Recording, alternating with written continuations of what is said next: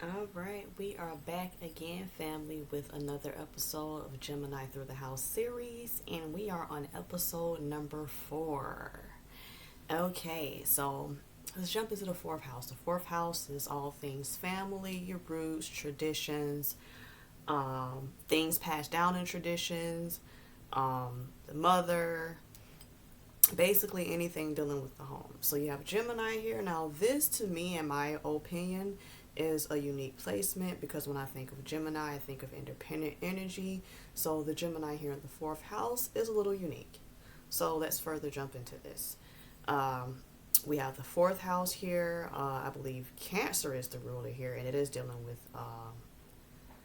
the mother. And I believe the moon is also the ruler here in the fourth house. So you're dealing with a lot of water energy here, and you have air placement. So Gemini here positively aspected. They love to be social with their family.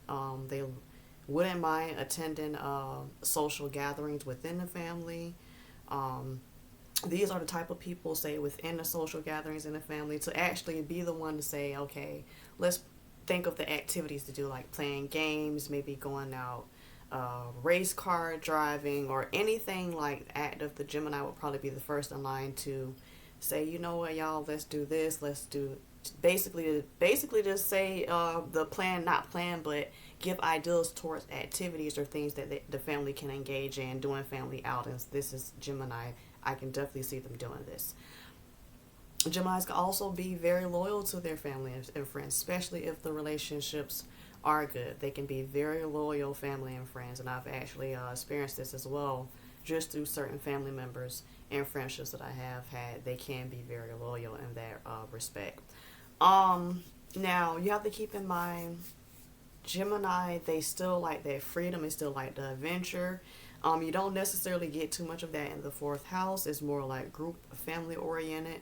So they have to have that sense of individualism and kind of like freedom, adventure. They don't mind being maybe around the ones that they love as long as they're not really like confined to one space, like stuck in the house watching Netflix movies all night. They'll be the type that probably want to go outside or go do something active with the family versus sitting down and just maybe watching a movie. That's really not Gemini's thing.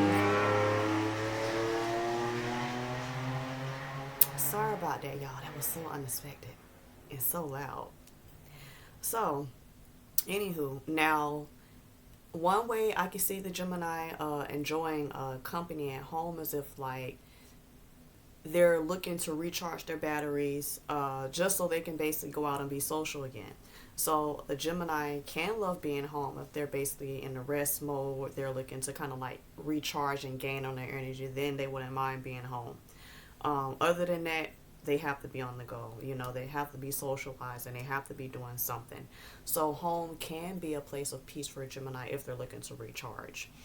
Also, too, with Gemini here, back to the relationships with the loved ones, the family, particularly how they show and express their love. They'll do it through gifts or the pamper loved ones through many different means, but their expression is usually through gifts and things of that nature. Um, Negatively aspected, because Gemini is such a independent, mutable energy, and say they don't have the best relationship with family, they can be distant. They can be a little detached when it comes to emotions because they don't have that closeness to the family. Also, to other family members can see the Gemini as maybe insensitive or lacking compassion because they're not showing that emotional side of themselves with the family, or they're not emotional at all with family. Um, there can be inconsistencies also too with the, say, the upbringing of the home here. And the inconsistencies could be just due to maybe not staying in one place a long time, maybe just a lot of physical movement, or they can be inconsistencies within the emotions of the parents or the guardians that's raising the person with the Gemini in the fourth house placement. So within these inconsistencies and these emotions, say from whoever was the parental figure of the Gemini in the fourth house, um, it can be inconsistencies in the emotions, um, due to just maybe how they communicated with the Gemini or how they treated the Gemini.